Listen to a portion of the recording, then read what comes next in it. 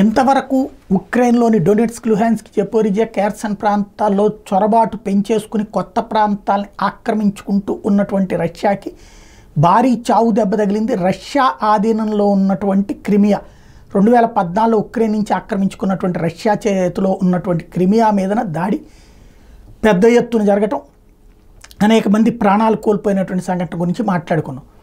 అయితే ఇది మామూలుగా ఏ డ్రోన్లతోనో జరగలేదు. అమెరికా ఇంతవరకు రష్యా మీదకి దాడికి తన ఆయుధాలు ఇవ్వలేదు. మొట్టమొదటిసారి అమెరికా ఇచ్చినటువంటి మిస్సైల్స్ ATACMS మిస్సైల్స్ని వాడటానికి, క్రిమియా మీద వాడటానికి అమెరికా అనుమతించింది. వాటిని బైడెన్ అనుమతించడం వల్ల, అలాగే పాశ్చాత్య దేశాలు అనుమతించడం వల్ల వాటిని రష్యా మీదకి వాడింది. దానివల్లనే అంత పెద్ద ఎత్తున దాడి జరిగింది. ఇది యుద్ధాన్ని తీవ్రతరం చేసింది. ఓ రకంగా చెప్పాలంటే అమెరికా రష్యా మీద యుద్ధం చేసినట్టే అని ఇంతకుముందే చెప్పింది రష్యా.